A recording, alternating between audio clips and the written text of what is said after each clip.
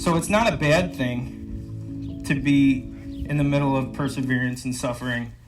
And particularly when you go through that with somebody together, those bonds are going to be built so much stronger than if, we just have passing pleasantries. I know that there's a time and a place in society for the, oh, good morning, hi, how are you, those kinds of things. I know that that's an important part of society, but in the part of life that I'm living right now, I've just found that there's not a lot of use for that.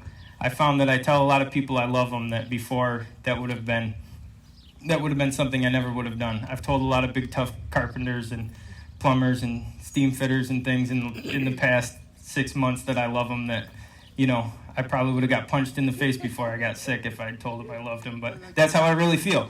So that's what I'm going to say. So anyway, I would encourage you guys to do that. There's another type of hard conversation, and that's one that's probably more important than any other, and that's where you stand with the Lord.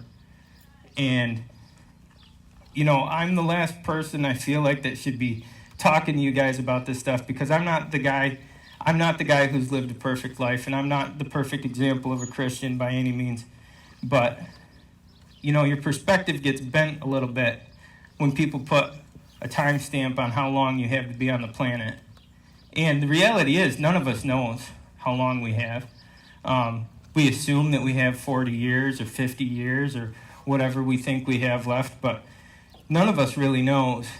And maybe that's a weakness, maybe that's a weakness of mine, that when I thought I had 40 years, it was one of those things that my faith has always been important to me, but I've always kept it to myself. I've always been the type, and I've said this many times to many people, I don't want to ever force my opinion on anybody else.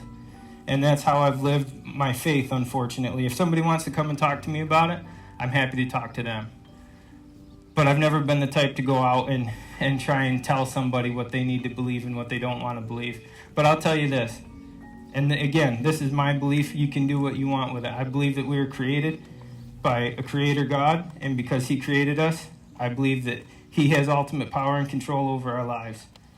And I believe that he's made a way for us to spend eternity with him, aside from our sin, because we're all sinners, and he can't abide sin, he can't be around sin. And the only way to spend eternity with him is to reject that sin and accept him as our Savior.